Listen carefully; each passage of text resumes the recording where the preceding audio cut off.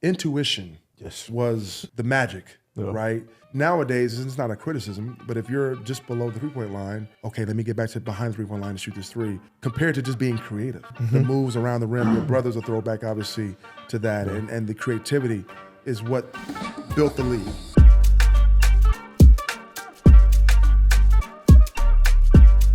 Welcome to another episode of Thanalysis Show with your one and only Thanasis Antetokounmpo and Tony C. What up, what up, what up? My God, what a game, man, against the Suns. But, before we go to the games, today, we have a special guest. I can't wait for this one. And you know we got to give him the intro. From Ohio State, wearing number 22, play for the Milwaukee Bucks, Michael Ray. We even got the studio operators clapping in the background. He grew up a Bucks fan. He knows what's up. Thank you, man. I appreciate you, but thank you, man. It's an honor to be on the show with you, brother. Thank you for having me, man. Thank you. Thank you. Absolutely. Thank you. It's good to be here, man. Finally.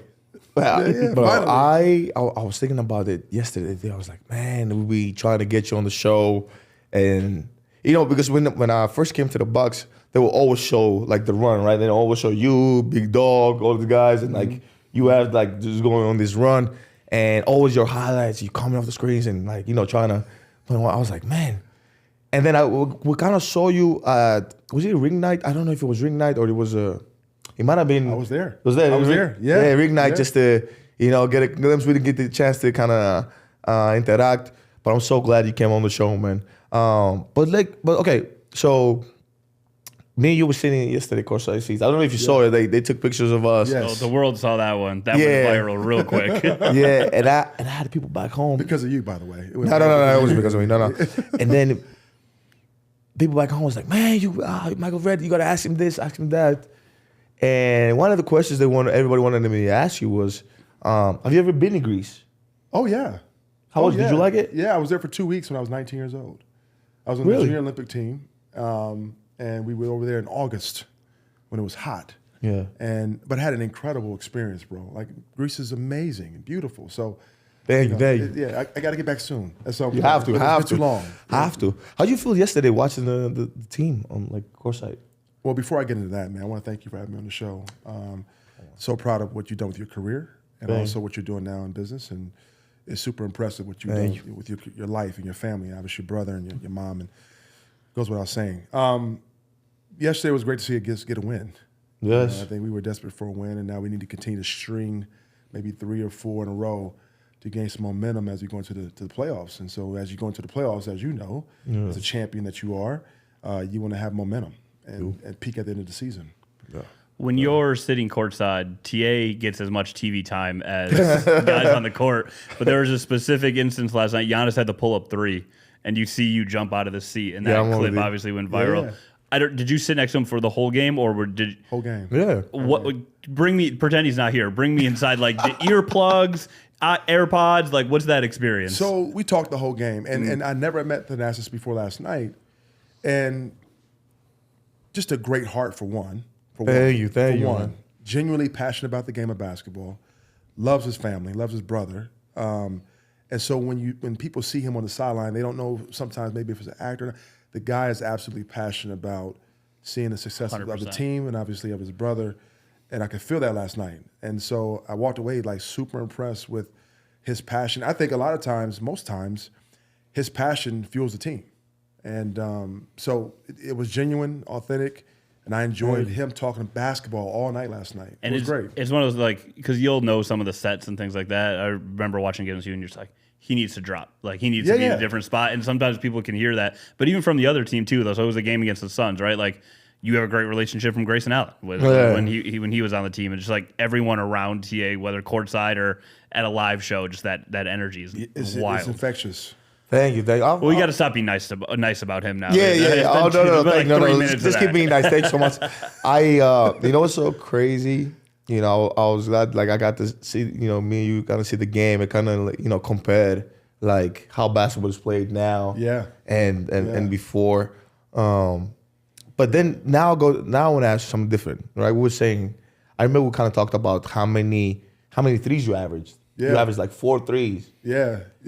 Attempts, by the way, people listening. 4 attempts. Michael Redd averaged 4 3-point shot attempts per game at one point. Yeah.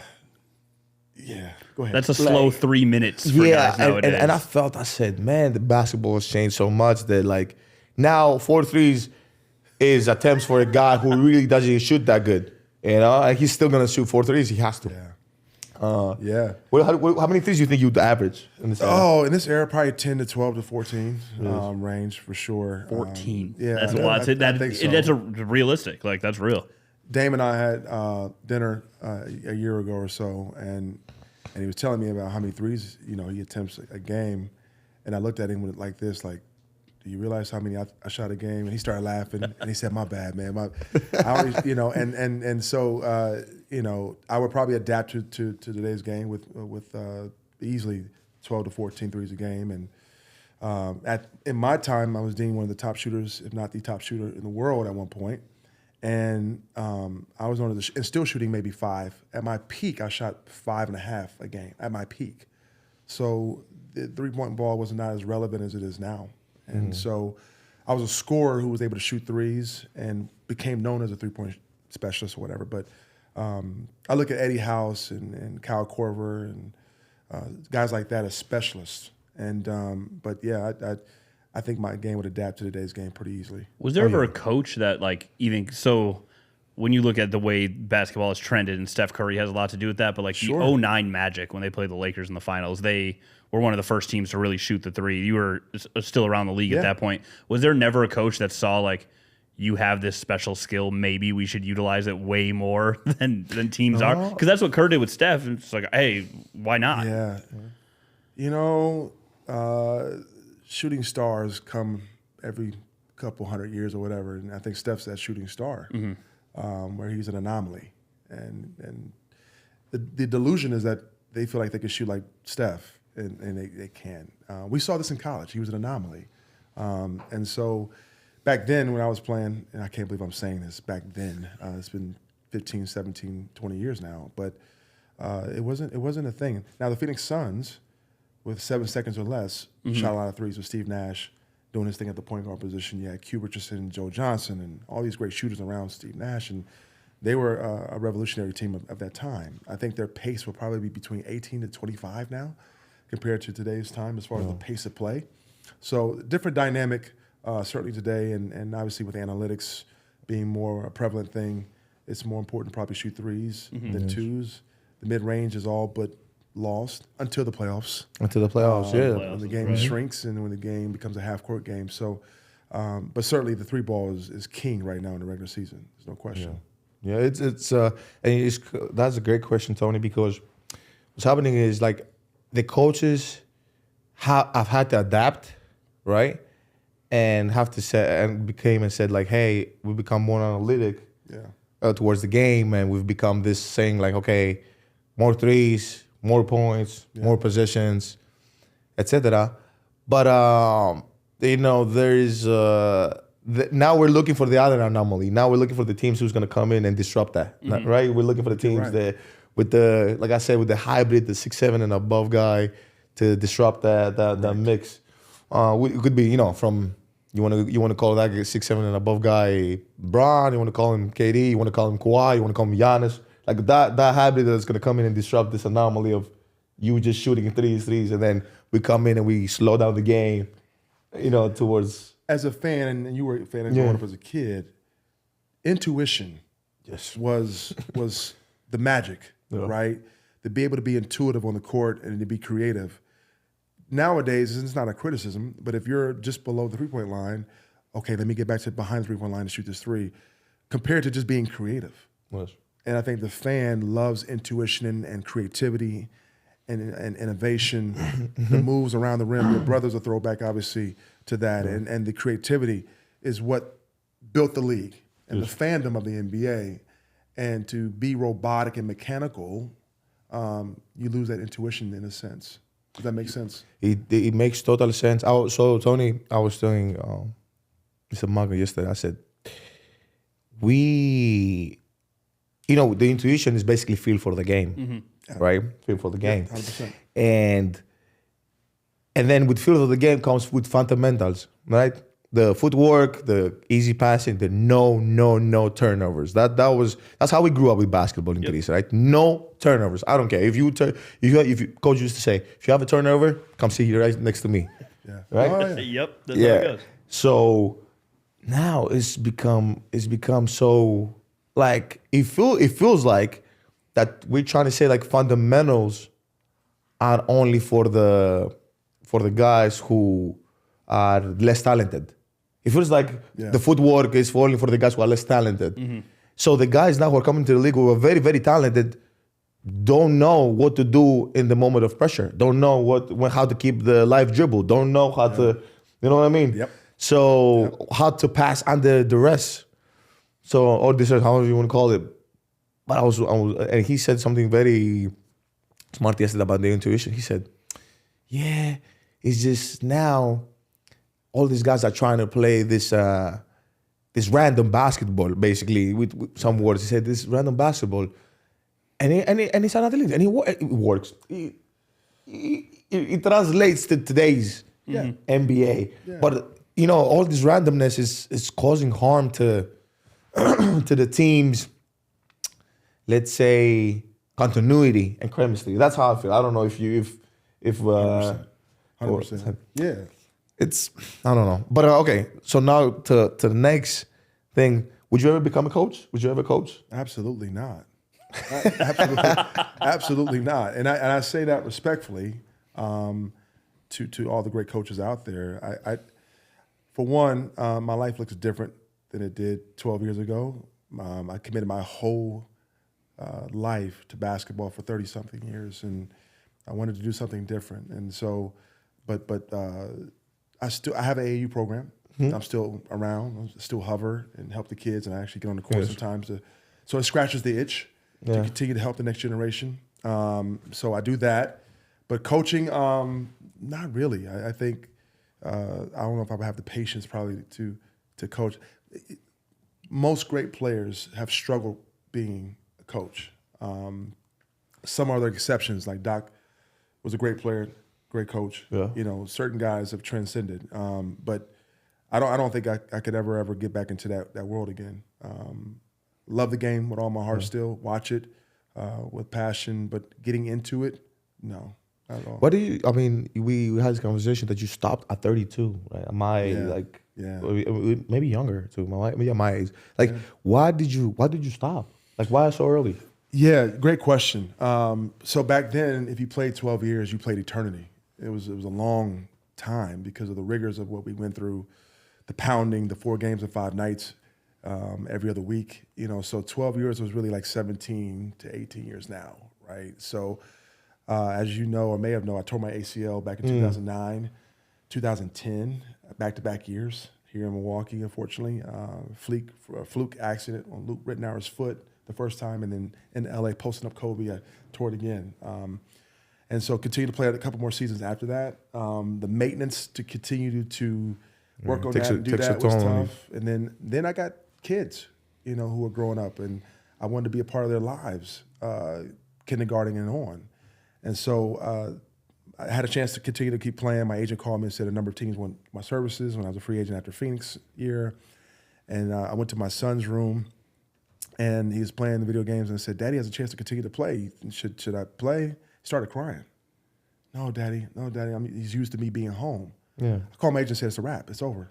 He said, "You sure you can make this one?" I said, "Nah, it's over. It's a wrap."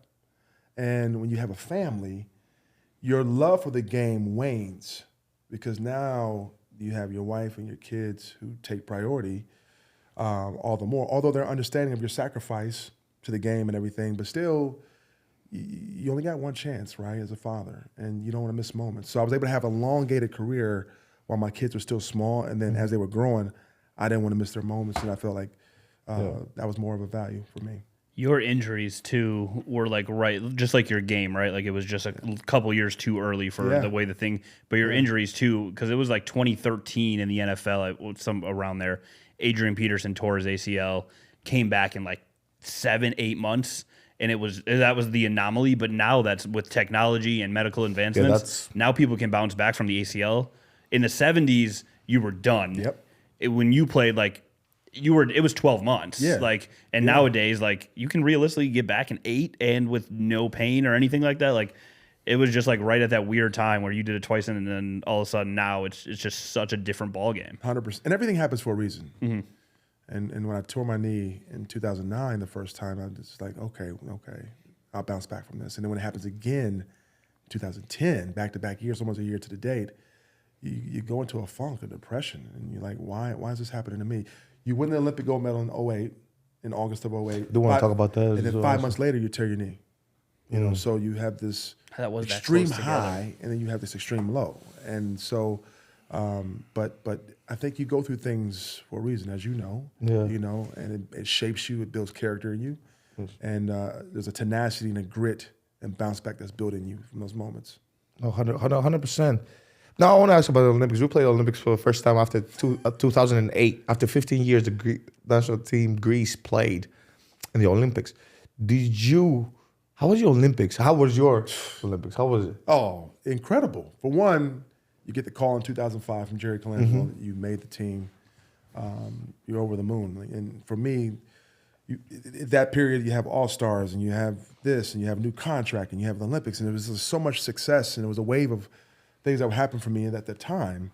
And so to be on that team was, are you kidding me? You're one of the top players in the world to be on that team. Shooting was at a premium. We had lost in 2004 because of lack of shooting from the outside, and one of the first calls was to me to be a part of the team because of the shooting aspect of things. And so to be on that team was amazing. To go to the Olympics was surreal, and I was able to record a little bit of the opening ceremonies, and walking through that tunnel into that stadium, as you know, is just incredible. And so it to this day pinched me. That experience. And then to win the gold medal. Yeah. What were the chances of that, right? Yeah. So I was looking for, I don't want to interrupt, I was looking forward towards the stadium because, this year in France, they did the river. So every team was on a boat. Like usually ceremony is a whole stadium and teams and you're in the stands in one place, you get to see it. But now this time we was just running in the rain trying to keep up with the boat. Storming that day. Yeah, it was crazy. Right. But please keep going.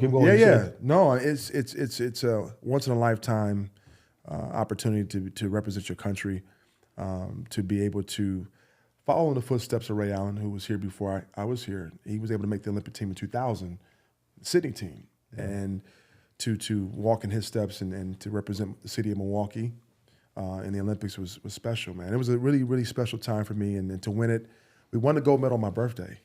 Oh, so it was my birthday too. So it was a really special day for me, and the whole team doused me with champagne, and it's his birthday, and it was a moment I'll never ever forget, man. It was incredible. People always expect Team USA to win when they go, especially in 2008. Like obviously in 2004 it didn't happen. 2008, like the expectations, like you come back with gold. Two-part kind of question here. One, the pressure of that. You guys are all NBA superstars, so like I don't know if pressure is the right word there. But then two, the international game. You guys played Spain in the gold. Like it's not like that was a pushover. Hey, we're just gonna go roll these guys. Like that international talent back then, which I know sounds crazy. Now we all respect it. Yeah. But back then, like that was legit competition. I don't think people realize that. Spain has 6 guys in the NBA at the time. They're a legit talented team. Yeah.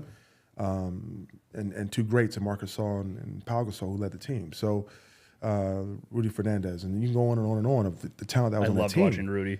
We had our way with them. Early in the earlier rounds, and we knew that was kind of fugazi because they were going to come back later in the championship and put up a better fight, which they did. But yeah, we had a singular focus. Now, again, for us, it was 3 years leading to that moment.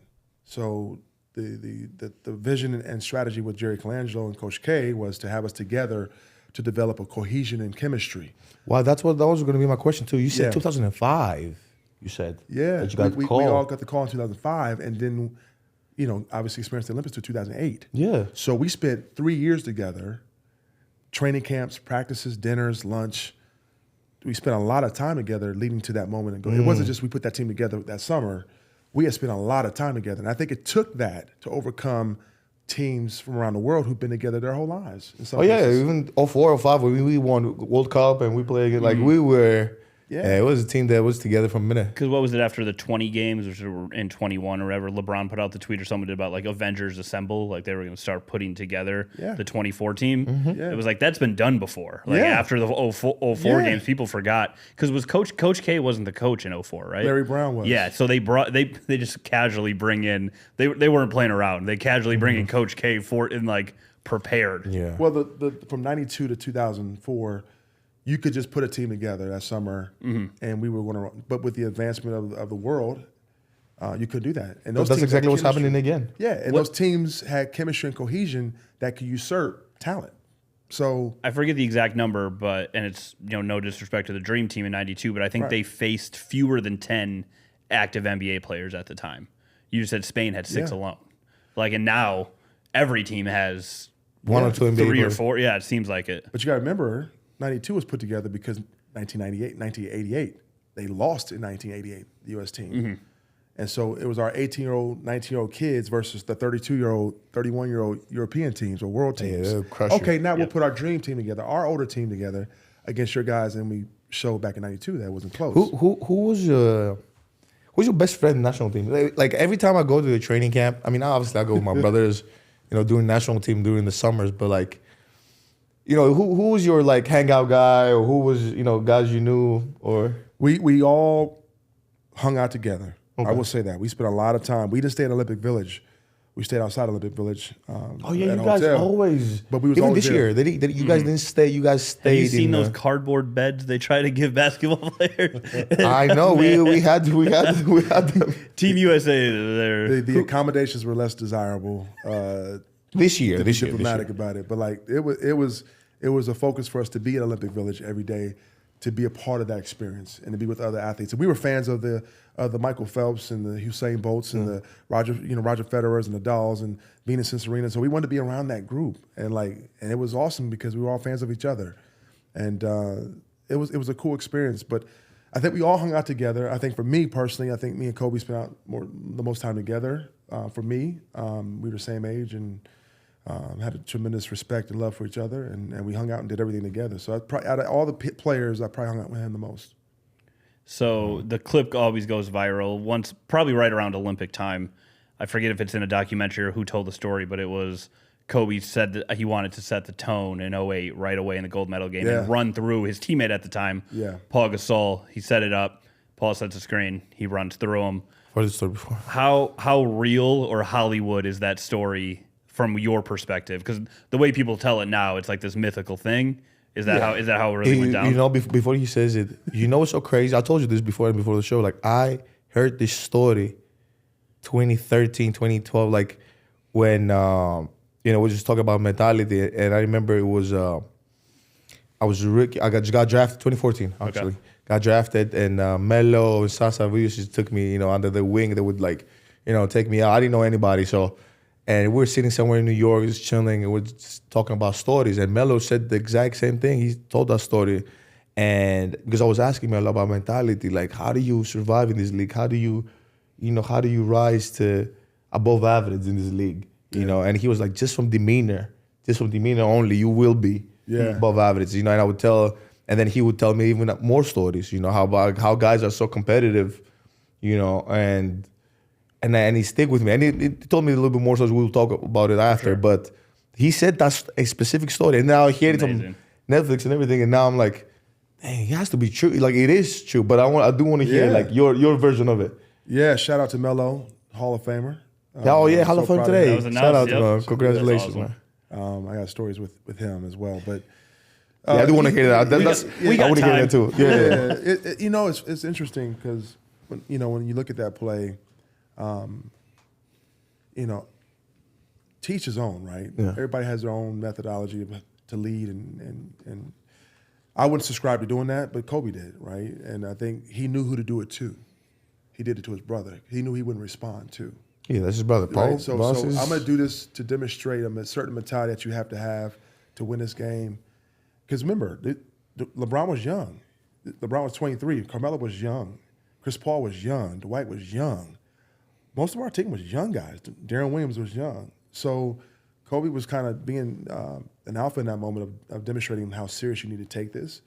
You can only imagine with Dwight and LeBron how funny things were all the time, right? And it was incredible energy from them daily. But Kobe, had a certain approach. Again, I wouldn't subscribe to it, but I appreciated his approach and what he did. And then we were shocked that he actually did it, And now remember, if he'd have done that in this time, would he have been kicked out the game for doing that? Probably. It's a different time, right? So probably, yeah. If he lowered his shoulder at all, he did. And the other thing, that's wild. Yeah, that's wild. And the other thing about too, got to think about I know he, Paul didn't, he didn't react, etc. Because they got to go win a championship together the next year, Correct. Right? But think about how much scrutiny would be in this time of age if that would have happened, and all of a sudden everybody's talking about it, telling you like, "Wow, it's your teammate. He hit you. You keep seeing it and seeing it on whatever you walk through, or you go online, whatever." There would be a lot of scrutiny saying like, "Hey, that's your brother. You're supposed to win a championship with him." You know what it did, though? You make a phenomenal point. The moment, obviously, it was for the moment for us, yes, but it planted the seed in Pau for what they had to deal with the Magic and the Celtics the next couple of years, the championship. Yeah. So that moment was bigger than that moment for them, but certainly it helped us in the moment. Yeah, it definitely. So that happened, they had just lost, that was 2008, so they had just lost to the Celtics in the finals. They do that a couple months later, and then they go and win 2 straight. Yes. That's the catalyst, right, to me. Yeah, so it is. I agree with definitely. That's a great point. I feel like you're right. If that happened today, I won't use a player's names as an example, but the morning shows would just be gotta break it up, requesting a trade. Ballistic. Yeah, look at the Celtics. Be talking about 1A, 1B. They have 2 great guys, and they're still comparing to see who is who. Bro, it's ridiculous. Yeah. But I want to hear the Melo story. What kind of Melo stories you got? So Melo pulled me aside and wanted me to help him with shooting. Okay. And he was already a terrific shooter. Yes. But I was the guy of shooting on the team, and so we would have shooting competitions, and and he would watch and my approach, and even Kobe. Kobe learned some things from me. I learned a lot of things from him, obviously. But so Kobe and I used to have private workouts together. Really? Outside of practice, and it was incredible, bro. And then Melo would pull me to the side. Mike, how do you they were younger, and then LeBron, I was helping him think about posting up then. How much devastating would your game be if you posted up, and had a post game and, below the free throw line game. And, so he was like, nah, I don't need it, Mike. I'm good, man. But to see him now in his 22nd year, now operating the post the way he does now. And so, but I was speaking from an older player perspective too. Yeah, and so just trying to infuse wisdom. You play forever. If you can play with your back to the basket, you can play forever. Mm-hmm.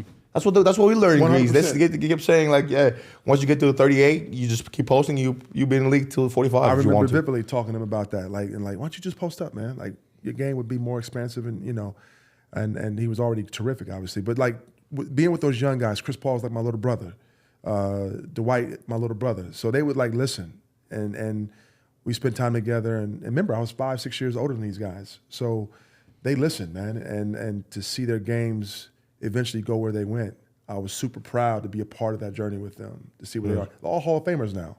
Every one of them. Yeah, so it was special to be a part of that. Tayshaun Prince, Carlos Boozer, Chris Bosh, again, Darren Williams, and all these great players that I'm playing with. They were all younger guys, and it was fun to watch them grow up, man, over the years. Who's somebody who surprised you? Who was somebody you was came to because you say he was 5-6 years older than them. But who was somebody who surprised you? It was man, I didn't know he was this good. I didn't know, Wow, all of them. Tayshaun and I had a rivalry because the Detroit Pistons and Milwaukee Bucks, as you know. Okay. Yeah. Rivalry. Now, back then, Detroit was, as you know, remember, Detroit was great. Yep. And they're ascending now, but they were great then, champions. And so watching Tayshaun operate, watching Chris Paul, watching Darren Williams up close. Darren Williams was special. And Darren and I had a really good relationship when we were playing. And Darren would call me late at night sometimes in the regular season, and that's how close we were. But Darren was special, watching him operate. Jason Kidd, up close. Obviously, we played against each other for years, Jason and I, but watching him operate, how he led. He was the elder statement of the team and had been there and done that, but led us beautifully. But watching him operate, and then obviously LeBron's ability to galvanize was special too. Even at 23 years old, he wanted to do everything together, and he was the young guy and jovial, and but he really had an impact on Kobe, as far as bringing him within the fold and us, and it being us and not just being a group of individuals. And so, do you think? And no, don't mean to interrupt you, but do you think that plays a big role? Like I see that with national teams a lot, right? Like there is talent, right? And there is tiers of talent. There is tiers, and so, for some people it's harder to accept than others. Some people are easy to accept because I just want to be part of this journey. I want to be part of a winning team. Yeah. And for others, it's harder to accept, that there's tiers of players. Yeah. There's categories. Yeah. Do you feel like you guys struggle with when Kobe coming in and saying like, "Hey, I'm Kobe," because Kobe was notorious for being like, "It's me," and if you can, it's either my way or not my way or the highway, but it's either you're gonna match my energy, as they say nowadays, right? Or honestly, I ain't gonna mess with you. He came in and fit in like a glove, actually. Okay. And obviously, you had D Wade there too at the 2-guard position too. I mean, forget D Wade. D Wade, you can make the argument D Wade was our MVP. During a certain stretch, he was playing out of his mind.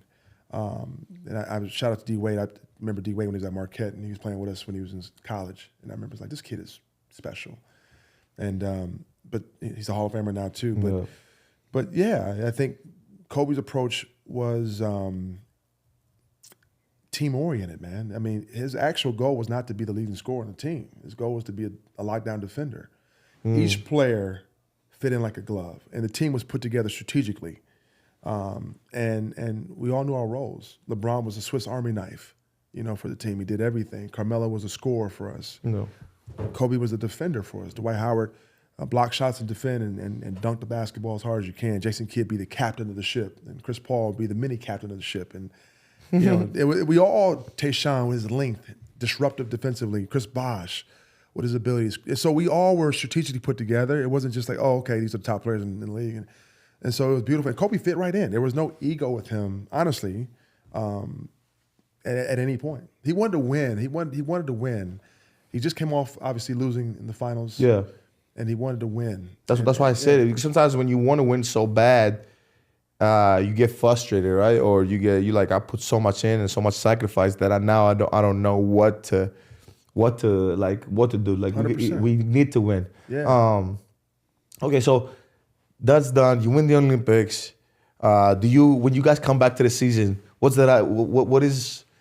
your feel? Is it like I'm gonna crush him when I see him, or is it like, oh, that's my brothers for life, we won an Olympic medal together, or like what's the feeling? Crush him, huh? Crush him. Once we're disbanded and not teammates anymore, I'm ready to kill you, And that was the mentality back then, man. Like, we wanted to destroy each other in the regular season and playoffs. And when it's time to come together and be brothers, we're gonna be brothers, And we have a bond to this day that transcends, us playing against each other. And every time I was on the court, me personally, to play against anybody, it was to absolutely annihilate and destroy them. It wasn't enough for me to win. I want to embarrass you and destroy you. That was my mentality.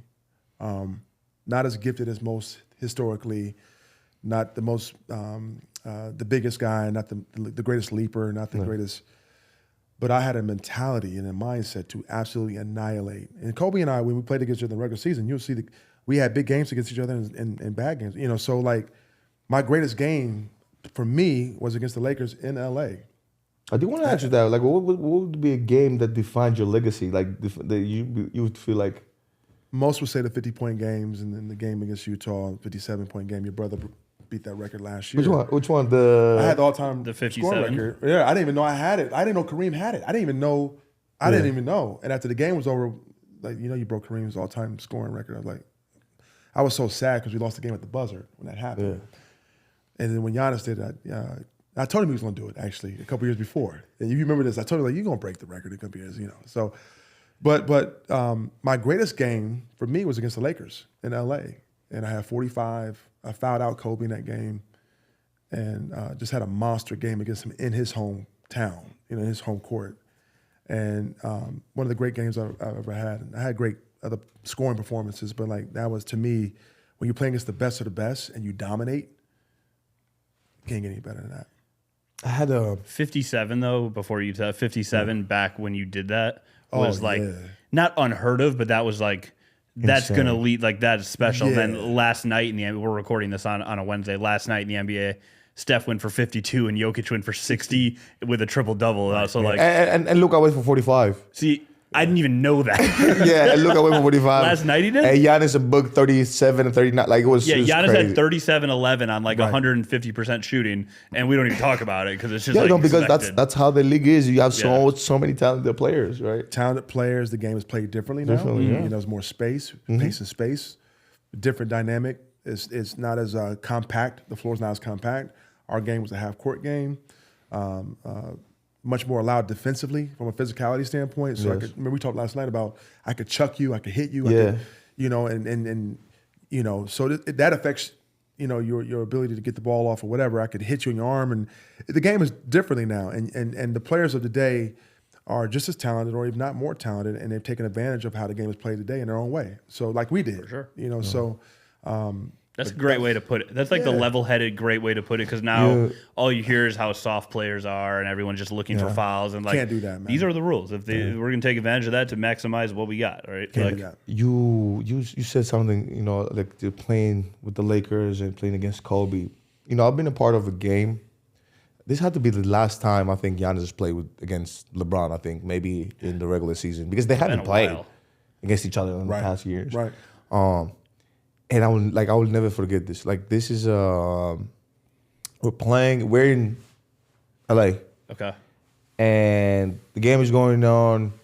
They have Dwight, Jan. This is the 2020 season before COVID, Gotcha. I think. Sure. So they have, you know, Bron, AD, Dwight, like all the like great talent, big guys, right? And we're playing in LA, and the game is going, and you know, AD's playing great, LeBron's playing, and Giannis is playing great too. So, but it's a play. I think it's towards the third quarter that Bron scores, Giannis scores, Bron scores, Giannis scores, and then we're going towards the fourth quarter, and around the 10th minute, the whole stadium stands up. LeBron scores, Giannis scores, and then in 10 minutes before the game ends, the whole stadium stands up and stays up for 10 straight minutes. Yeah. Nobody sat down amazing. for 10 straight minutes. And I said to myself, you know, I don't know who's going to win. You know, if we win, if they win. But this is, you know, I get chills. This is what, so that's like, I think, historic right there. yeah, this is what greatness feel, right? And 100%. sitting next to you, hearing all these stories when you play with Kobe, and that takes me back to like, yeah, I'll probably be saying these stories to my brothers and my friends, and like saying like, man, you don't understand, like watching these people play, and not me saying it, right? It's just the whole stadium Yeah. is up. But you're a fan of that though, because you're a competitor. Yeah. Right. And you I need, appreciate this that's is what you do. That's what you do. It's my blood pumping, yeah. So I remember, speaking of high scoring games, so we played Philly one year, and this is when AI is on the team, and AI is at its apex, and we play them 4 times in a year. And I remember, I think it was Mo Williams, after the series of games was over, 4 games, Mike was like, man, Mike, you played well against Philly in 4 games. You averaged 36 points a game against them. I was like, oh, word. He said, the problem is AI averaged 48, so you're minus 12. So the point I'm making, AI was that dude. And I love AI. Oh, I'm getting goosebumps. It's crazy. No. It was- was, I mean, you talking about epic battles, you know, and AI was literally unguardable. You couldn't do anything with him, you know, and he was so fast. I had to play off of him like I'm playing like you. And I use my length, but there's nothing you can do. And I remember that, and Mo was like, man, yeah, you average 36 a game. I'm like, yeah. He was like, the problem is he averaged 48, minus 12. So Whoa. that's how good he was. Generally, as a fan, like growing up too, especially, Yeah. when someone killed the team that I was a fan of, I'd be like, I don't like that player, right? Just because I'm like 10 years old. I'm super like, so AI against the Bucks in 01, I was like 8 years old, right? Yeah. Like, no matter what he did, I loved it. Like, he loved his game. Like, he was the guy that I just watched no matter what. And it was, whether it was against the Bucks or whoever. And then, like, I didn't know I remember there being a year where it was just like, the Bucks can't stop him no matter what. And it wasn't even the 01 series because he played well that one, obviously, too. But he just, I mean, he was special. He was a 2 guard, too, technically. So, like, did you have to straight up I mean, he's I 6 foot. Yeah, And had to, we put TJ Ford on him or Mo on smaller guards to try to match up, but he was so athletic. yeah. And so I would guard him from time to time, and it was just hard to guard, man. Yeah. But my offense was my defense. So my job was to put you in a predicament defensively, post you, foul you out, to get you out the game. Yes. So we used to try 1-2 switches to pick and rolls to put him on me to make him work, and but it was a nightmare guarding that guy, man. Allen Houston, Gilbert Arenas was terrific. People know him now with Gil Arenas, but Gil was serious, man. Serious. People forget T.A. This is before y'all got T.A. or Gilbert used to call out how many he was going to have. Like there were games where he was like, I think it was against the Lakers where he's like, I'm gonna go for 60. Yeah, and he just did it. They might have lost, but he went for it. Like Gil was a killer, man. He was so good. We had wars, man, and our journey was similar because he was a second round pick. I'm a second round pick. Mm-hmm. So there was fire in our eyes every night when we played. But so many great players. I tend to, with all my social media and postings, tend to honor the old and the young. I think there's too much comparison. Oh yeah, and you know this. We talked about this last night. Yeah, we got to honor the generation before us. We have to honor them, but you got to honor the younger generation as well. Yeah, right. And at the end of the day, there's only 5,000 players that ever play in the NBA. We're all brothers. Not even five. Not even five. I just learned that during a recent episode, we were mid-recording. We were talking about the opportunity to play in the NBA. So I just looked up casually. In my head, 20,000 sounded right, and I looked up the number. It was like 4219. And I was like, Tia, what does this number mean? And that's including people who have played one game. On a 10-day. Sure. Like, on a 10-day. In the history, unbelievable. In the history of the game, bro.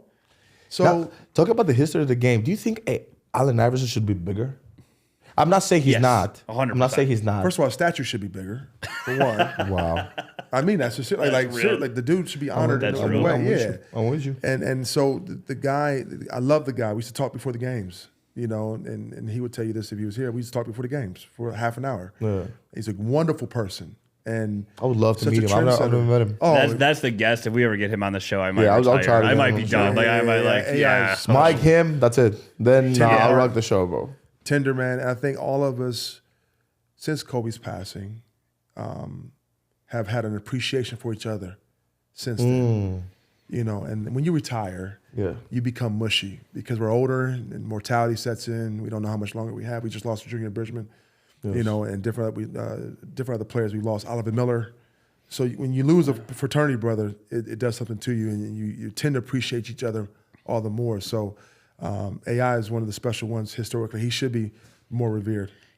He was too, like, he was a great basketball player. He was like a cultural icon as well. Yeah, like people forget, AI was a trendsetter in so many different ways. In the same way, like some guys say, like, I'm thinking of especially in some other sports, there's guys that you just gravitate toward, right? Like Travis Kelce, he's great at what he does, but people just love him, everything 100%. He does, right? Yeah. AI was culture. He just was. The thing about it too, Thanasis, is that although the game has evolved, there are players that remind you of players of old, though, still. Of course. Talk to me about that. Like who? So when people, like Russell Westbrook is one of my favorite players of all time. I love Russ. Russ was always honorable to me towards the end of my career. Russ, his ruthless aggression to the rim, we actually have seen that before. You know who that was? Latrell Sprewell. Latrell Sprewell would attack the rim like you couldn't believe, bro. Milwaukee's own. I don't know if you knew that. Milwaukee's own. And so the ferocious dunks that Westbrook, Spree was doing that too. When you see a Clay, I saw Allen Houston. Allen Houston was the same way. Mind you, by the way, he was my GM in there you go 2014 with the H2O. That's crazy, right? H2O. Oh man, he had tucked in his elbow in, tucked in. Pure shooter. Yeah. You think back to the Orlando Blackmans and the Andrew Tonys, and we can't forget the Dale Ellises and the Ricky Pierces. And we had great players, and so you see the Mitch Richmonds, right? Steve Smiths. So I'm a historian. I love the game. I love our players that came before me. And I see similarities in the younger generation as well. You think of Ja and how athletic. Well, we had D Rose, who was incredibly athletic. Maybe it was Dwayne Wade before him. It was Dwayne Wade before him, right? So Isaiah Thomas, the original Isaiah Thomas, and a little Isaiah Thomas too. But so although the game has evolved, you see elements of player Dr. J. Giannis, has a Dr. J element to him, right? More advanced and more evolved, but you can see elements of Connie Hawkins and Giannis, right? No. Giannis is just such an anomaly. He's 7 foot. But there's a little bit of us in today's game as well, so I appreciate seeing those things. See, this is great. This is like the anti, because like the question really, so, yeah. All right, so we throw all that aside. How many points would Giannis score in 1970? Like that's where like the debate goes, right? And it's just like to actually have a respect for what people did before you, people who modeled their games. And with advancements with anything, technology, medical, whatever, people are just going to be better, but you can still take things from and people will be better in the future, by the way. For sure. They will be better. Yeah, you see Wemby, he's 19 years old and 7'3" and shoots from 40 feet. Like, come on, man. You mentioned a name earlier and talking about players that were just hard to guard. We're in Milwaukee, obviously, so I wanted to just revisit quick. Dwayne Wade, when he was at Marquette, would come run with you guys? Yeah, he would. Yeah. How was he? How did he play? He was incredible. I said, who was this kid? Now, I'm a first-year guy in the NBA, and why is this guy hanging with me, right, type of thing? And he's like hanging with us. Because he would have been a freshman your first year in the league, I think? No, my first year in the league, he was his junior year. Oh, okay. So you might be right, though. He graduated, he left in 2003. So you're right. It was towards the end of it. So it was my third year. Gotcha. He's playing with us, third year. But still, he's hanging 19 or 20. You're in the NBA. Yeah. I said, wow. And so I love D. Wade, and me and his mother got along really well. Just a lot of similarities in how we grew up and whatnot, and we spent a lot of time in the Olympics together. But D. Wade was incredible, man. And so when you mention top 2 guards in the history of the game, you have to mention him, both offensively and defensively, what he was able to do. And we had knockdown, drag-out wars when we played. And I remember one year I went baseline and dunked on him in Miami, and we were at the Olympics, and we were talking about who we postered and who we dunked on and who we had worked with, whatever. And I mentioned that in front of everybody, and D-Wade was like, that was a hard layup, Mike. That wasn't a dunk. That was a hard layup. I said, no. I got you baseline. And so I wasn't known as a dunker. Yeah. But no, man, D-Wade is special and deserving of all the accolades he gets, man. I just feel like I was watching your highlights, by the way, and I was like, man, this guy's ultra aggressive. He didn't give no space and time for nobody, for nothing. So who I mean, could you give me like a top 5 players you would love to play with? Like in this time, this your brother. Number one. Easy. Your brother, number one. My life would be much easier. We talked about this last night. If I had the chance to play with Giannis, man, championship, man. Like, and it takes components to doing that, but like, I was aggressive, man. I was looking to kill and score like your brother has that mentality, and so, I didn't wait for the game. I attacked immediately, and so I had to play against double teams and triple teams my whole, peak. Like literally every game I was getting double teamed and triple teamed, and it was respect. And so when Edwards mentioned that a couple weeks ago or a month ago, getting double team, that's par for the course. So having Giannis, obviously, I had a chance to play with LeBron in 2005 as a free agent, but I decided to stay in Milwaukee. And I stayed in Milwaukee because I was loyal to the team that drafted me. And back then, you had the mentality of like, I have my own franchise. I want to beat you more than join you. That was the mentality back then. Mm-hmm. I mean, it still is. Yeah. It's just different now because the criteria has changed. So like the criteria has become that if you don't win a championship or you've never won or anything like this, you become this entity that's you belong with the greats, obviously, because you're a great player. It doesn't matter if you've won, not won, but you're not in the same tier as others, which is everybody fights today to be in the same tier as the best of the best. It's funny because like Charles Barkley, he obviously has a great media career, was a great NBA player. Yeah. The best thing that ever happened on his media career is that he never won a championship, right? Because like people would just make fun of him all day, and he owns it. He's like, "Yep, I never won it. It is what it is." Yeah, but today's I'm saying, day, you just can't do that anymore. Why would that be a thing? It's Charles effing Barkley, bro. Yeah. Like, bro, why is that even that it shouldn't be. It shouldn't be. You know what I mean? That's the way he will forever. Melo, right? People look at Melo as like he's all-time great. I don't know why. When you have a shooting star like Michael Jordan who wins 6 out of 8 years, that narrative becomes the case, right? I think it started when he started winning back to back. I mean, he did 2 3-peats, and that's insane. That's insane, right? But like, And there was components that made that happen. But like Reggie Miller's a great player that stayed with one franchise his whole career. Never won a championship, but he was a great player. Stockton and Malone, phenomenal players and played in Utah their whole career, basically. You look at so many great players, Patrick Ewing, who was with the Knicks for the majority of his career, never won a championship. Great players, man. And, so on and on and on of all these great players who never won championships, but it didn't diminish how great they were, though. It's really hard to win. No, It's hard to win a championship. It's hard to win. Aaron Rodgers, not to always go back to football, won one, right? Very early in his career. You can make the case that he's the greatest thrower of the football of all time, but people will never put him remotely close to even Peyton Manning, who has 2. Right. Brady's got 100. I don't know what that number is. I think that rule only applies in guys who are very, very close to that tier. So there's some guys who, if they had a championship, takes them to the top 15. And that's a legitimate case to make. Some people have a criteria of saying, like, who's my top 15? And in the top 15, most of them have winners. You won't see is that Durant? Say again? Is that Durant? Because I've always felt he never got the love he probably should have got. Now he has titles, and people still trash him for it. Yeah, but they do it for a different. I think, and this is legit. I'm not saying this to say I have had, I wouldn't say enough interactions with KD and with Kevin. He's an amazing person. He loves the game so much. He talks, trash for just a little bit because that's how he plays. He's hilarious. That's how he plays. That's all how he plays. But I think the most part is that, they don't. It's just the fans not knowing what they want. Mm-hmm. The fans telling you like, you're not a winner. You never won. You never won. All of a sudden, you go somewhere to win. You're destroying our league. You're destroying our league now. So what do you want? You want me to win, or you don't want me to win? So we want you to win, but we want you to do it our way. And even after you win, you're not as good as Michael.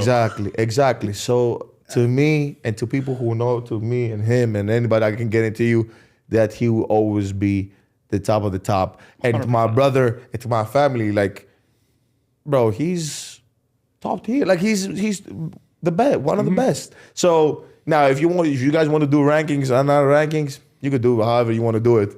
But I can guarantee you, when we're all said and done, those specific people know where they stand. For sure. They don't need us to tell them, hey, you top 15 of all time, you top 10 of all time. It's the responsibility of the player not to be insecure. Yes.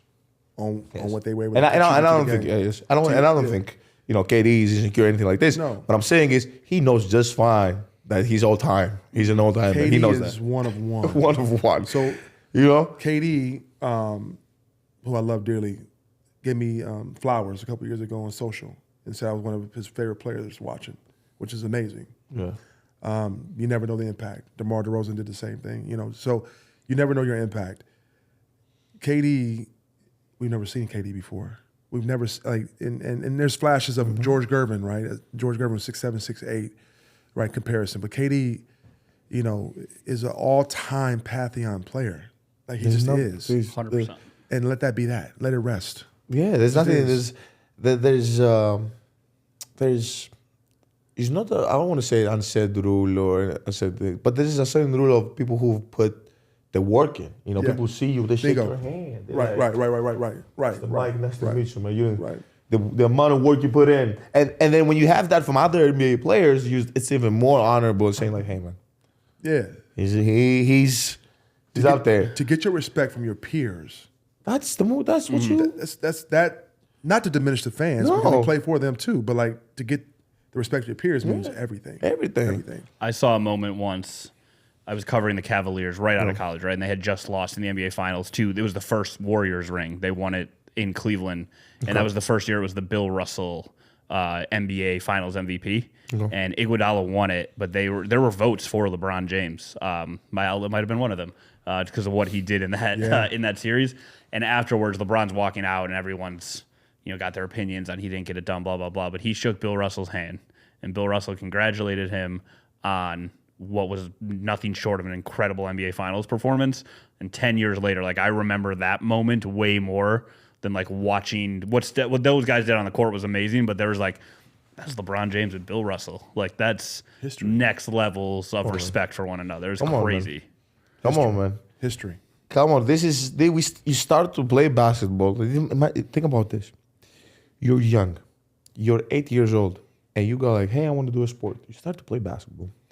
And all of a sudden, it evolves. You go like, oh, now I get to play with my friends. It's fun. Yeah. Now I can showcase my talent to my school classmates, blah, blah, blah. And like, oh, yeah, I'm actually good at this. So you play at school, right? Mm-hmm. Then now you're playing with other schools because now it's like, it's outside your region. It's more people saying, hey, I see you, man. You from Columbus. You from Ohio. You from Greece. Oh, I know you. And all of a sudden, to be recognized in the entire planet for this sport and saying like, hey, I know this guy because he plays this sport.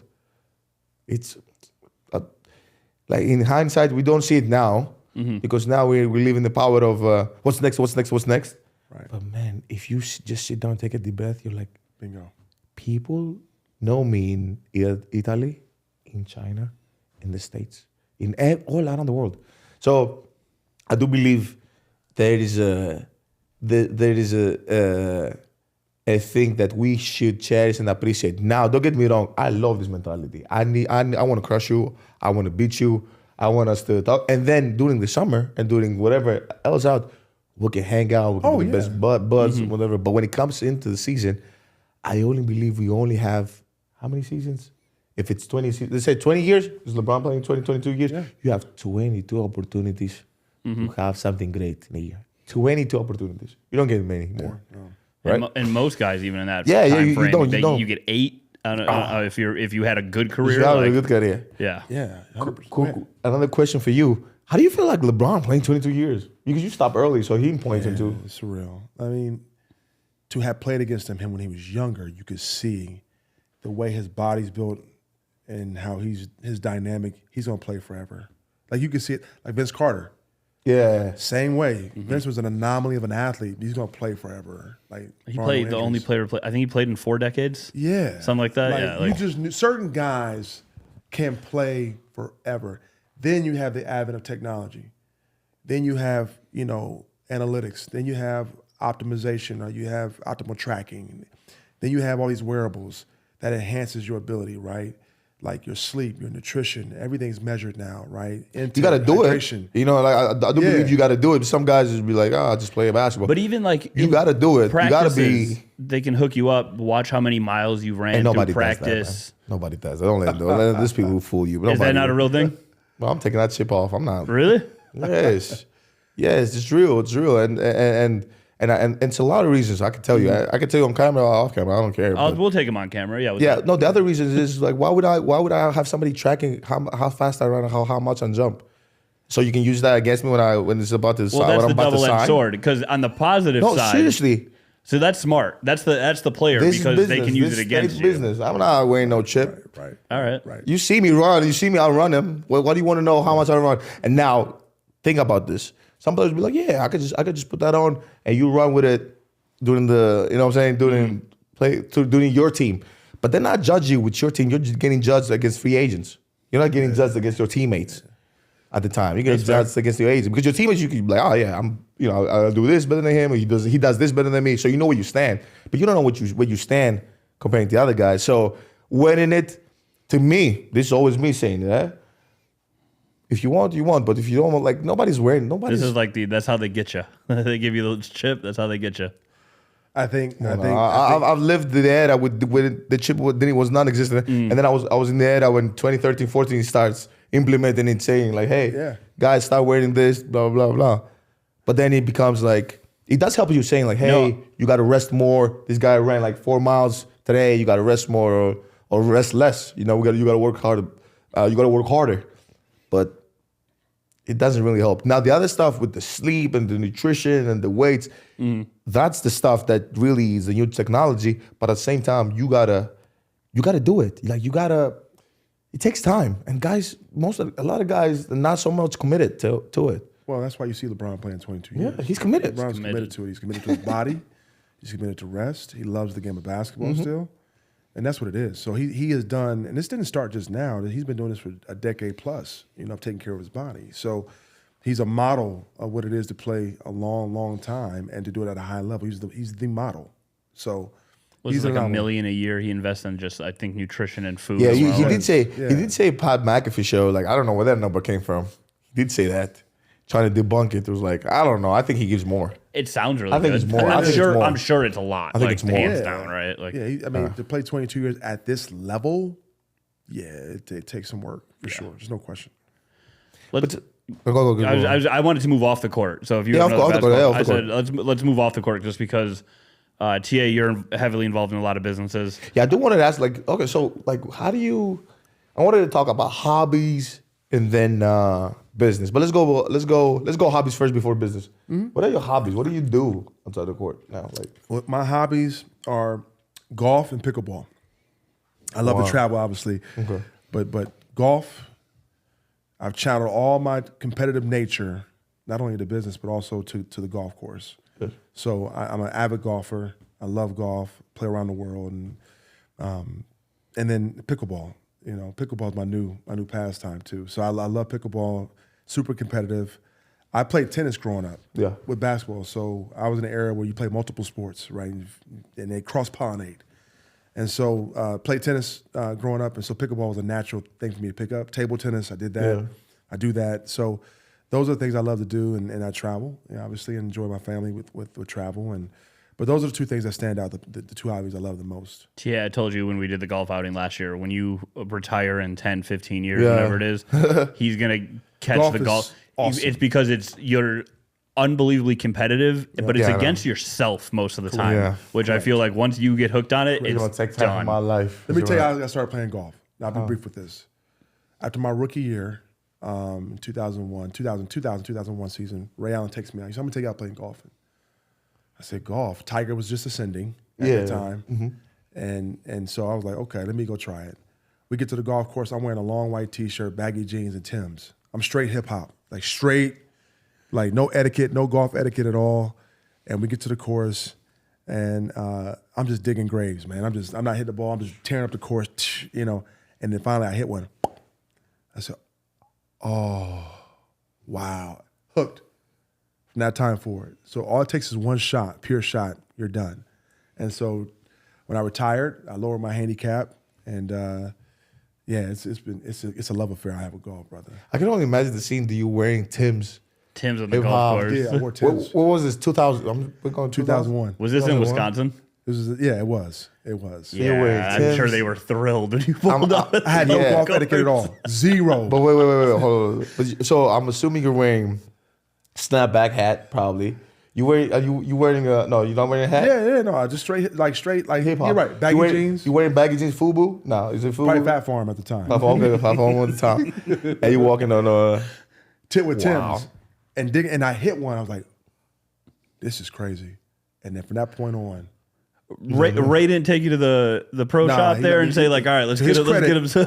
He let me be who I was. He just let you be. Oh yeah. So, that's cool. That's dope. My hobbies. So what about business? What does your life in business look like? You know what? I think business is people, man. Yeah. So I have an investment firm which is an extension of our family office, and the thesis of it is to invest in people to grow companies. Yeah. And so when I transitioned from the game, I wanted to get into the venture space, private equity space, angel investing in companies. And I just saw an opportunity to invest in people right along the way. Obviously, returns are important, and P&Ls are important, and ROIs are important, and IRRs are important, all the acronyms. But I think if you have a healthy leader and healthy team. Could you do me a favor? You said 4 acronyms. I know exactly what you meant. Yeah. Could you, for people who are watching, for people who are listening, and Tony and everybody here. Well, you assume I don't know. No. Yeah, I'm not assuming you don't know. Because he keeps telling all the time, we need to talk more business. Yes. So let's go with ROI. What does ROI mean? Let's start ROIs. ROI is return on investment, right? P&L is a profit and loss sheet, right? So it's a balance sheet. So those are important. Returns are important. IRR is important. It's basically returns. Yes. It's important. But what I saw in business was there's not enough attention towards the entrepreneur and the leader as much as it is more about the numbers and returns. Yes. I believe that the healthier a leader, spiritually, physically, mentally, holistically, the healthier the product, the healthier the business. And so a couple of years ago, I'll never forget, saw a young man leading a company. He was in his car crying. We brought him back into our accelerator program in Columbus. And he was having issues at home, and things that stressed out with the business. I said, dude, you know what you need? He's like, what? He said, because I want to pivot. I want to do this. I said, no, you need a 2-week vacation. So we paid for his vacation. He got reinvigorated, got re-energized, came back and took the company to another level. The point is that I think it's important to invest into the people. Business is all about people, right? Yeah. And I personally would rather work with great people to build something cool rather than to be with people who are not as cool and to try to build something, right? So for me, the aspect of business would not begin without having mentorship, right? And having mentors in your life and people that can educate you on what they've done, so you can. Do you mentor people? Do you mentor? Yeah. People? Oh yeah. So how come like people, somebody who's listening or watching, like how could they like sign up for a program, or like how could they contact you? I mean, obviously it's organic for me because I meet people in coffee shops, right? Okay. And coffee shops are littered with entrepreneurs and startups. And so, but I get deal flow every day, all day, business all around the world. But how do you, like, give us, and now obviously this is a sports /culture / NBA podcast, but like, give us some investments, man. Like, what's the new best thing? Like, where can we invest our money? Sports. And obviously this is not a financial disclaimer. This is not a financial advice. I think you hit it. We're good with the FCC. Yeah, I think there's massive investment in sports right now, right? Okay. The ecosystem of sports is blowing up. You have gaming, you have esports, you have I was going to ask, you said pickleball before, right? Pickleball, right? We have some people in our office, some former athletes, guys in the Packers Hall of Fame, who all have invested in a pickleball gym in Wisconsin. Okay. I won't say the name because they're not paying us for the endorsement yet. Yeah. But that's like a huge booming sports investment right now. Huge. Emerging sports, right? Mm-hmm. There's so much going on right now with sports. And I mentioned, wearables, right? Wearable technology, software technology, right? There's so much going on with sports right now. Brands, personal brands, investing in podcasts, right? Yeah. Shameless plug, But like, those are lucrative things right now, and those are some of the things I'm interested in right now. It's a company I'm investing in right now that's all about elongating athletes and influencers brands. It's called athleteapps.com. Athlete Apps, and the company builds apps for athletes and influencers. It allows them to have their own platform where they own their own data, right? They control the algorithm. They can monetize in a myriad of ways, but they have their own platform that they own. And I think it's apropos in this time where players want ownership, right? Influencers want ownership, right? So let me give an example. Could you guys make an app for me? Absolutely, and the show. So you could we call the app whatever I wanted to be called, and then 100%. It takes 2 months to build. Good. And guess what? We give it to you for free. Wow. What's the catch? Give me the catch. What's the catch? Well, how do you guys make money? How do you guys monetize? How do you guys make money? Advertising, ads. 100%. Do we split that revenue with us? You get 100% of the revenue. And what do you get? What do you get? I didn't stutter. We have access to the data, right? So you would own your data, but we would have a clickable banner on the ad, right? Mm-hmm. Or bring in advertisers to come in and advertise on the ad, right? But you would get outside of the clickable banner, you would get 100% of all advertising on your app. So whether it be Coke, whatever, who may Nike, whatever it may be, advertising on you would get 100% of that. McDonald's, McDonald's Wine Company. There you go, right? You can have a subscription model with your app, right? You can have virtual lessons for kids all around the world on basketball. You can post your philanthropic efforts. It's your hub for everything, right? And so when NIL was passed a couple of years ago, my partner Brad McMullen said, I got an idea, and the idea has flourished, man. And so we're building apps for athletes and influencers all around the world, and we're giving it to them for free. So it's a powerful tool, for you to be able to own your own landscape, your digital landscape. Yeah. It's powerful, man. So we could build your app and the show's app within 2 months and give it to you for free. No maintenance costs. We could talk offline the details, but you hear this first. If anybody who's interested, you can reach out, follow him on the socials, hit him up. I don't know if you have a company. Just go to Athlete's app. Yeah, Athlete's app, absolutely. And the beautiful thing about it is if you get 1 million downloads on your app, you own that, right? So it's a powerful play of a community that you have that you own, right? So there's more to it. Yes, there's definitely more. Before we wrap things up, is that big with, you mentioned NIL. I can imagine if you're I was watching the McDonald's All-American game, right? If you are 100% an elite athlete or college athlete of any level, like that's 100% super interesting. Because I can announce where I'm going to go to school on my own platform. I don't have to go to any other platform. I So don't have to write a book. own that. You get those clicks. You don't have to go on XYZ show to announce that. You keep your other platforms, your social platforms, but you use your app for exclusive content, right? So memorabilia, whatever it may be, it's your hub, right? So young high school athletes love this because it's helping with their brand. It's a marketing tool. An app is, and I didn't know if you knew this, but there's just about 700 million downloads of apps every day. So people go to apps more than they go to websites, right? Oh, so, who goes to a website? Like legitimately, like 100%. When's the last time you went logged in? So I look for businesses where I can add influence and add value, more than just capital, right? Yeah. So with my network and influence and expertise in certain things, I'd love to be a part of those ventures, man. Do you, and obviously now, I don't want you to, how can I say this and not have it on air, but like, do you, when it comes to investments, right?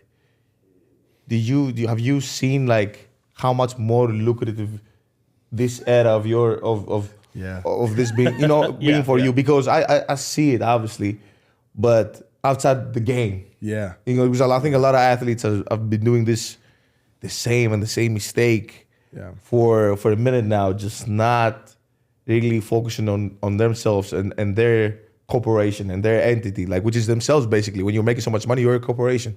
So have you seen this change drastically for you, or like what did you see the biggest difference now and when you were playing when it comes to business? Yeah, it's interesting. I wasn't in business when I played.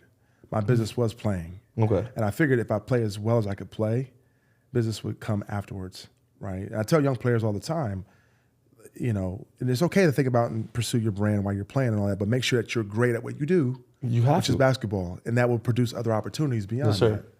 So, it's a different dynamic now, and particularly with our ownership groups, right? I saw the shift in the mid-2000s where most of our owner groups now are in tech. They're into hedge funds. They're into private equity. They're into venture, right? They're into all these different things. And I'm like, wait a minute. It's a new dynamic that I want to get access to, right? So the influence of the new ownership groups that came in the mid-2000s or in 2010s was inspirational to me to want to get involved in. So it's changed for sure. I just, I like it's just always been such a conflict for me, because like I do so many things business-wise, and I've never had, opportunity to talk about it a lot. Maybe because I don't want to, but maybe because it's, people who follow me and, because the way I grew up, the people who are following me are not necessarily investors or people who do business, right? And there's a difference me telling, my teammates or people who, who really have a portfolio and can afford to invest, telling them like, hey, I think you should be doing this better, you should be doing that better. And then telling people who are really having a tough time day to day. It's sick. It's actually, it's hard. Like it's, how can you tell somebody to be an entrepreneur? If it was that easy, everybody would be an entrepreneur, right? You get what I'm trying to say? Like it's hard for people who don't have. 100%. Right, to just like, oh yeah, you should be an entrepreneur, everybody can do it. Like I see this all the time and I'm like. I feel like that's what I always see like on podcasts or TikTok. Guys. Like it's so easy to do this, but people forget like startup money, insurance, having money in a savings account so you can actually pursue things. Like people forget that side of things. All of these things, right? And I always start with the mentality. The first thing we could change, like it's your way you think, right? What do you think now is the next step for you? Would you pursue sports ownership? Would you want to be an owner? I would be open to it. I did an article with Forbes a couple of years ago about that very same question, and then the question was posed to me: don't you want to own an NBA franchise? And I said, no, that's not the goal. You got to remember, this is a hobby where a lot of our owners, it's not their main thing, right? I have so much money, and I'm a fan of the NBA. I think I own my own franchise, because of the love of the game more so than it being a sole provider and whatnot. So I said to her, that's not the goal. If that happens, great, awesome. But I want to be in the position to do what these guys and ladies have done in that, that financial world. And so would be open to it for sure. I think it'd be incredible. Yeah, I do have some, I have a lot of TV rights that it's become more attractive to own it. They are becoming very, very attractive. Yeah. NBA Europe, everything. It's more for TV rights. I do have some people I gotta introduce you to, by the way, off camera. I got two more quick ones for you. Do you have do you find yourself as competitive in that field? You said earlier, for sure. You know, on the court, obviously, you were very aggressive. Like, do you find yourself in business? For sure, I do, and I think, you know, I work with the Adidas family, right? The Adidas family started a venture fund a couple years back, and I joined as a partner, and the competitive nature within the firm is funny because when you think of Adidas, you think of Adidas and the 100-year legacy of Adidas. And I'll tell you how competitive they are. So the daughter of Adidas is still alive, and love her and love the family. They're incredible and proud to be partners with them. I walk into her house, and the first thing she does is look at my shoes to see if I was wearing Nikes or not. Now, I'm a Nike guy historically, but I partner with the family, right? So the competition is real as far as being the best, even with that family dynamic still. But absolutely, you want to win, right? You want to see these. By the way, you see what I got on? I'm just saying. I'm just saying. Listen, I still have love for Nike, you know, but I have love for my Adidas partners too. So, and they're doing some incredible work with the venture fund. So proud to be a part of that. And I'll talk to you offline about that as well, all sports tech related. But so yeah, it's competitive dynamic. Wait, I do have. So now we're talking. First of all, we're talking about competition. Now, obviously, this is what I'm going to ask you is more of a. It's a basketball thing, but I should ask you because it happened like a couple of days ago. Did you see the fight between Detroit Pistons and I did in Minnesota? I did. What'd you think about that? For one, I don't know the context behind the foul. There's things that were brewing before that happened. I didn't think the foul was that hard. We talked about this last night. I didn't see the harm in that, and it wasn't like the Piston player walked up on Naz Reid after he did it. He was just like, okay, it was a foul, and then Naz Reid took offense to it, and so you know, I didn't think it was that hard of a foul to warrant that big of a brawl. Now, let me ask you another question. You've been, you remember the Medalist in the Palace? Of course, that was my era, 100%. So compare these two fights. People who's jumping in the stands, cameraman. You see like the first fight, and then the other fight was like obviously. It was crazy, but what do you like compare those two fights? What was happening in that and when that fight happened? I think the biggest difference is that the fans got engaged. That's the biggest difference, right? Like, not to rehash the story, you heard it over and over, but to your point, the fans got involved, right? And when you walk on the court, you're entering into our zone. We don't know what you. And I'm not saying this to say it because like me not being from here, I don't remember the story. I don't know the story. Okay, yeah. So the story. Ron Artest, I think, was laying down, and there was a cup thrown on him by a fan. You know, by a fan. Okay. Yeah, a fan. Probably maybe he's laying on the scores table. Yeah, okay. and a cup from out of the stands at the time. Ron Artest, Meta wore peace now, who I love dearly. Shout out to Meta. But like a cup was thrown out of the stands, and it triggered him, and he went in the stands to seek the guy or whoever, and it went down from there. Steven Jackson's went in with him to back his teammate up, and then. I think Jermaine O'Neal hit a fan who walked into the court, which a fan should never enter into. The fan walked on the court and like tried to square up with exactly Jermaine right. O'Neal. So what do you do? So what do you do there? You defend yourself. That's what I'm saying. Like you're a fan and you want to square up with me, like bro. I have always thought this. Right, that night that happened. How NBA players are significant, even if you're like a big average human. Like you could be 6'3", you're kind of a big dude walking around, right? You're not Jermaine O'Neal. No. No. You have to have a lot of liquid courage and to be that dumb. I think that was what it was. That too, had to be. I mean, no there's question. no other. There's been reconciliation with fans and over time since that time. But like, you know, and I think they were unfairly suspended too. Like that's a whole nother story. But like, you know, there's no comparison what just happened the other night with Detroit and Minnesota. Yeah, because I had some people saying, "Oh man," I was like, no, oh God, no. You know, and there was no like. Remember, Ben Wallace shoved Ron Artest in the face. Yeah, probably the only person that could do it, Ben Wallace. Yeah. Mm-hmm. But different dynamic. The fights back in the 80s and 90s, and 2000s. I do want to talk about that. I do want to talk about that a little bit more. So do you have? Do you think?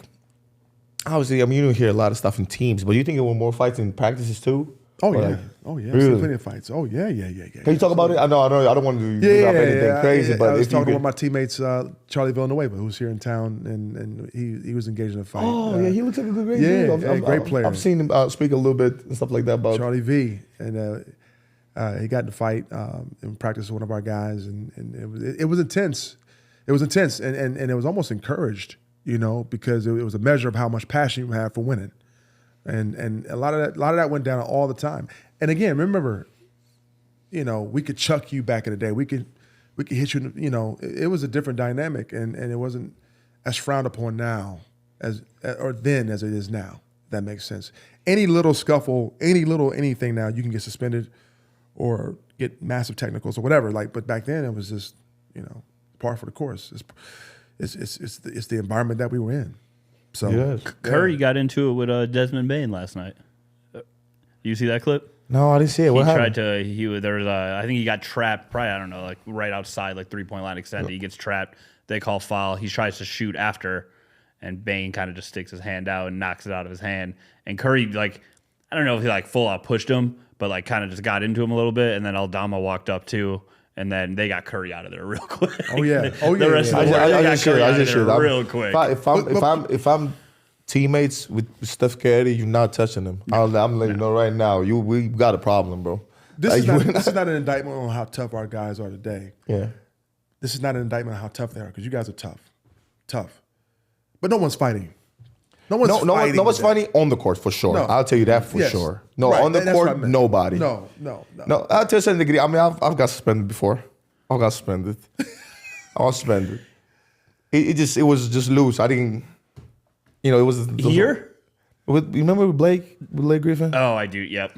Which was I forgot you got so suspended unfortunate, for that. bro. It was so unfortunate, bro. By the way, I look up to don't understand looking up to this guy and bro, this guy's human highlight for us. And they're playing the game, and I think were we down, or they were up or something like that. I would try to make a play, and I turned it out. He grabbed me, which was cool. I was like, I came back. I was like, hey, what you doing? And I think I misheard something. I heard something, and a little bit the Greek, Greek, Balkan, and Nigeria, came out of me just a little bit for half a second. Came out of me for half a second. And then I was like, oh, no, I'm chill. But then, he was kind of cool, so it wasn't you qualify as one of those guys not to mess with. It's the nice guys, quiet guys you don't want to mess with. Right? But I'm a nice kid. I promise. I'm so... No, we don't doubt that. Though. But 99% of the time you're chill until you're not. No, and because... then it's a done deal. I think, and I really believe this, I think that people tend to, even with Kobe and Paul, you said, he did it to Paul because he knew that was his brother, or... You go at guys, he was like, oh yeah, nobody, he's not gonna do anything or whatever. But bro, I spent my whole life to get here. You think I'm just gonna sit down? Mm-hmm. This is for you. For other people, it's easy. You coming from the States and being in the NBA is everybody's dream while playing in high school, because the NBA is right here. For us, this is life or death. This is not the. Correct. This is the ferocity we play, the tenacity we have. All of us for us. We cherish this. I don't take this for granted. Well, this year, whether it was Giannis's with Isaiah Stewart, and then there was the Chris Paul. Yeah, I wasn't here. I was in Greece. Because our Twitter feed for the show went ballistic when those two plays happened, and they were just not if TA was on the bench. Not if TA was courtside. You want to hear something? I would have been, it would have been tough. It would have been tough. But I'll tell you one thing. I don't think Isaiah Stewart is a bad guy. I really don't believe that. Because people were trying to paint the picture like he's this guy. Mm-hmm. I do believe though that he's found his niche, and he's found and people love him for this. He's playing that great. He won't let you, and I respect that. 20 years ago, he was Rasheed Wallace. Right? Yeah, exactly. He's just an enforcer. There's gonna be hits. Exactly, but that don't mean I don't have to. All right, I'll be damned if I let you do that. So she's one of the nicest people you ever want to meet, Rasheed. Really? Oh, one of the nicest people you want to meet. Misconstrued, but he is one of the nicest people and just was passionate about the game. A guy you don't want to mess with, Ruben Patterson, my brother, Ruben Patterson. Oh, your teammate. You remember Ruben? Listen, oh, yeah. Rube, man, nicest guy. We call each other fam. My brother, shout out to Ruben Patterson. But you didn't want to mess with him, bro. You didn't want to mess with him. Why you say that? Just had a switch, man. He just had a switch, There's brother. Some guys you just know. And I saw it. You just know. Leave him alone. Shout out to my brother Desmond Mason. You didn't want to mess with Dez, bro. Really? But Dez He was like is an the nicest- artist off. yesterday. He was like an No, artist no. off the court, like so like zen. He was at the gym yesterday, no? He was at the gym. One of the nicest people you're gonna meet. That's my brother. Love him to death, man. One of the most athletic players to ever come to the NBA, ever. But if you crossed him, oh, I've seen it.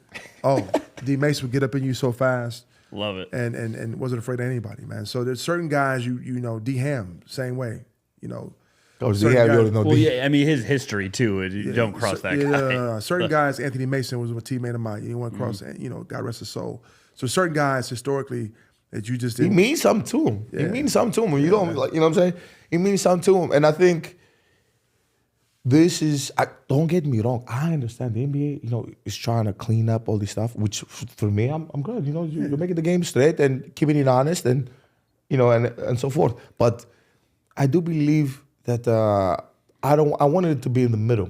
I don't want you to go all the way to the compliant and don't show emotion. Like fans love us because we show emotion to a certain degree. Fans pay to see us ticket because when I dunk it, when he score, when he screams and he goes like if you cut that away and you make us robots, it won't. Yeah. I don't think that was gonna help the game. Now, if you want to take the dirty stuff, because some people are dirty and it's real. Yeah. Some people are dirty. You can take that out the game. Take that out the game. Yeah. But don't take off the passion. Passion. And that's like the celebrations, right? Like it has to be now, probably 5 years ago, when Giannis would dunk, he did like the mean mug. Yeah. And that was on merch. Yeah. He got teched for that. But somebody earlier gave him a this second season. take. Yeah. This was 2022. Somebody threw him got him a second take. And all he did was just the face that we're selling T-shirts of. We're teching him up for it. Insane. Like that's what. If I scream and yell at you and flex, it's not to me, and I'm from a different era, it's not a big deal. Because you know what it's gonna do? It's gonna motivate me to come down and do the same thing to you. It's competition, And You're making the environment soft though. No, I agree with you. Okay. I agree. No, I'm saying I love that. Yeah, I love okay, the yeah, intensity. yeah. Yeah, if I get dunked on and you scream, okay, I'm coming back at you. Yes. I'm coming right back at you, right? And it's a motivator, right? Because it's competition, right? And so I see it differently, the taunting and all. I see it differently because I'm from a generation where that happened all the time. And it was like, whatever, I'm gonna get back at you, right? So I think we live in a more sensitive time, in all fairness. Yeah, You know what I mean? It's sensitive and not to mean to interrupt you, but this is what I'm saying. Like if you take off, and I'm not saying somebody has to scream and be verbally abusive. You don't want to be verbally or physically abusive. You don't want to be No. But if the guy dunks it or has a highlight and looks at his opponent or something like this, bro, this is the game. This is how we started playing it. This is how you knew he was king of the court. It's called king of the court for a reason. Yep. Gary Payton was the master at it. Gary Payton, my teammate in Milwaukee. And he would go overboard. forgot He would go overboard. Like I've heard some stuff. I love GP. Oh no, GP could talk with the best of them. KG. Yes. Talk with the best of them. I love KG. And he would Shout go out to KG. overboard too. I'm not saying that, but so now what's happening is every little thing, even the players think is, I loved it, man. oh no, he's not supposed to do that. He's not supposed to do what? Go by you and dunk it on you. What? I loved it. So I do believe that there's a balance between keeping the game competitive. Oh, I agree. Before we let you go, you want to do that, Candy? Yeah. Okay. Are you a candy guy by chance? Am I? Good. We kind of figured. So we do have a box for you. For shout out to Kadi FunHouse, shout out to Jamal and the boys. Thank you guys so much for preparing this box for Michael. But this you're gonna notice something when you open it. What you're gonna notice? it's not a prank box. No, I believe No. What you're gonna notice is every candy is red. Come on, my brother. All red candy. Oh my! I gotta show the camera. I gotta show the people at home. There we go. Hook me up. Wow. Every candy is red. My brother. That's so cool, man. But please, if you want to try them now, if you want to try them later, just let us know what you think. Brother. Which one's your favorite one? I'm trying one right now. I'm not gonna wait, brother. Oh, the cherry slices. We have had guests who mistake Sour Patch for the super spicy Sour Patch. my God. So they pulled out one of these straws. Oh, just make sure it's not. You want to ate see it. spicy This or one's not. I checked. I'm soft and chewy. I'm gonna soft Yeah, and chewy. he put the sour straw and sweat. I mean, just sweating. This is so good, Sweating. bro. You really my brother now. No, you really my brother now. Seriously. You my brother, man. I appreciate you, buddy. Man. Thank you, Tony. Thank you, man. Absolutely, man. Thank you for hanging out with us today. What? Come on, it's over. So this will be gone before I leave. No. Don't. Yeah. Please. Now we're coming towards the end of the show. Please go follow Mike on all his socials. Follow him on Instagram, X, or Twitter. My app. Download the app. Download Michael the Red app. Michael Red app. Download his app. There's so much content, and you can see all that. Please follow his journey. He's an amazing human being. Please don't forget, like, share, subscribe to the show. You guys have been amazing. You guys keep running the show. Want to thank our off the court starting five, our sponsors. Thanalysis presented by Gruber Law Offices. One call. That's all. That's all. I want to thank Prisoner Wine and Company. You guys have been amazing. Want to thank Carbliss. You guys have been amazing. You've been with us from the beginning of the season. And want to thank I'm loving it. Want to thank McDonald's, man, our newest member. Thank you guys so much. Please don't forget to tune in. Thanalysis out.